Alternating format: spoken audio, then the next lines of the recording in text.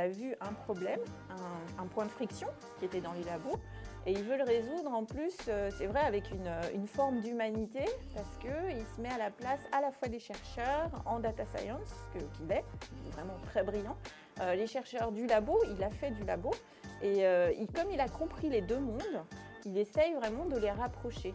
Et ce qui a fait qu'il a créé un outil qui maintenant parle aux deux côtés. On essaye, je dirais que la mission, comme moi je la vois de Gencovery, c'est de faire un peu avancer la recherche, faire en sorte que les personnes qui traitent notamment des données soient plus efficaces et puissent en tirer le maximum parti. Et donc au quotidien, nous on essaie de développer cette plateforme qui va simplifier justement le traitement de ces données qui peut être compliqué.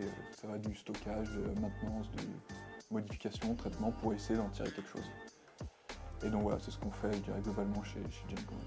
Ce côté humain et avec un vrai objectif humain derrière, avec une vision. L'objectif, c'est pas juste de faire une entreprise qui va faire de l'argent, c'est essayer de faire quelque chose qui va faire avancer. Et c'est là où on ressent le côté un peu chercheur d'Adama, où il a vraiment cette envie de développer la recherche et faire en sorte que ça avance, quoi.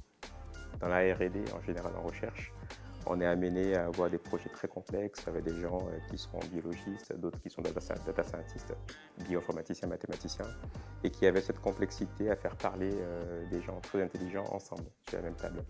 Donc pour moi, il fallait systématiquement, quand on fait des outils, quand on livre des résultats, qu'ils soient simples d'accès, qu'ils soient intelligibles pour tout le monde.